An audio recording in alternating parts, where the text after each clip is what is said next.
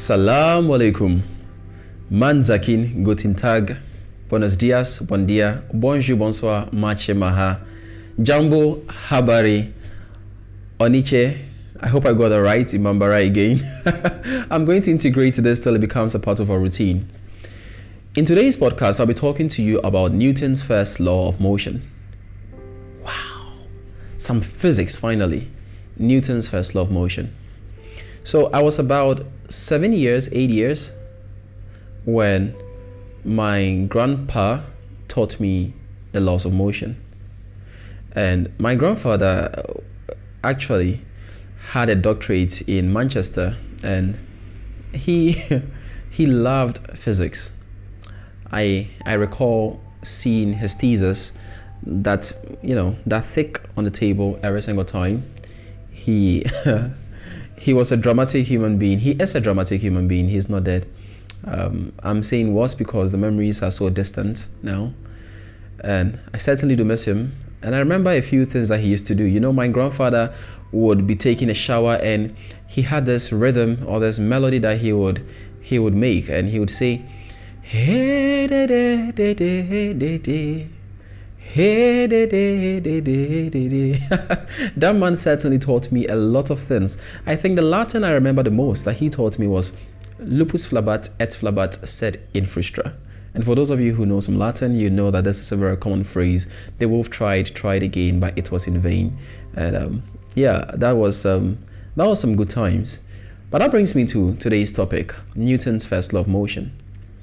Newton's first law of motion states that an object in rest would stay at rest, and an object in motion would stay in motion unless both of these objects are compelled by an external force to do otherwise.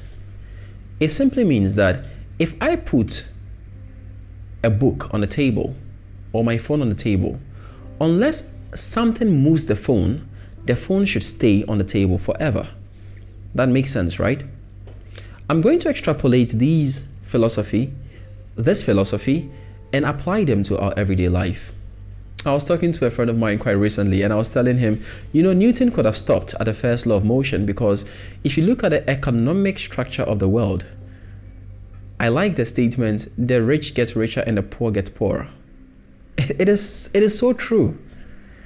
The only way the rich get poor is when an external force occurs or compels the rich to become poor. And the only way the poor becomes rich is when an external force compels the poor to become rich. What do I mean to say by this? Whatever state you are in, whoever you are, wherever you are, whatever you are doing currently, that is your current state. You'd have to critically analyze your life and say, do I want to be here? Do I want to stay here? Is this where I want to be? Is this who I want to be? And am I going where I want to go? It is only by analyzing this can you now say that if I am not on the path I want to be on, then I need an external force to compel me to do otherwise.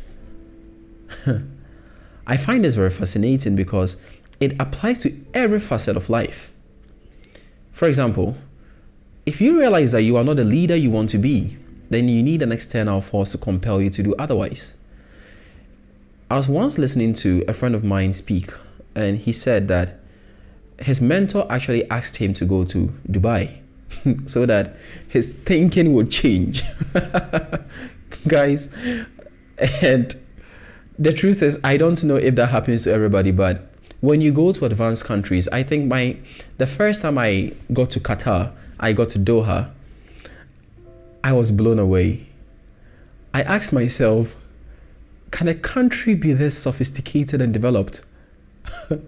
It's like an external force had hit me, and I was just struck. I was like, how on earth can we Ghanaians accept our fate, accept what we have?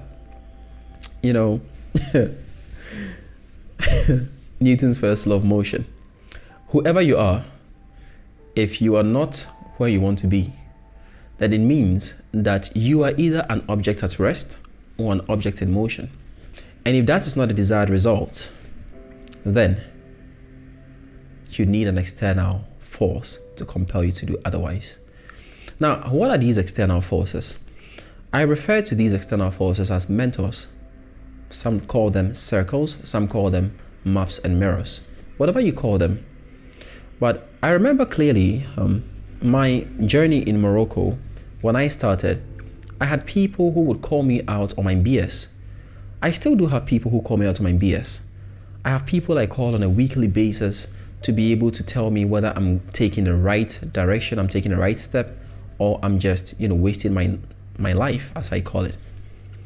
And so these people are external forces, and they compel me. One of the forces that compelled me too, I must admit, was the birth of my daughter. I certainly did not expect it to compel me in such a direction in life. But what I realized is that in life, yes, you can actually choose the forces that compel you, but there are instances in life also that occur that compel you with or without your approval. So for some people, it is the loss of a loved one. For some people, it is the birth of a loved one. For some people, it is the loss of an opportunity. For others, it is when they gain or when they have a new opportunity. Whatever it is, I want to draw your attention to this. Things are happening in your life. Forces are compelling you. Forces are compelling you every single day.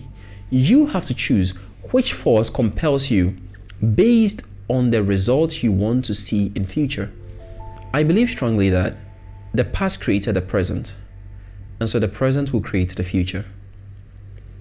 And this is simple to me because to me it is a 1 + 1 equation. Because the work I did in the past, I am now enjoying the fruits of that labor.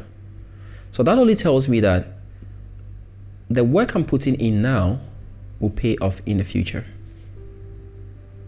So, what are the forces compelling you? For some of you, you have negative forces compelling you. You'd have to be able to sit up and acknowledge them.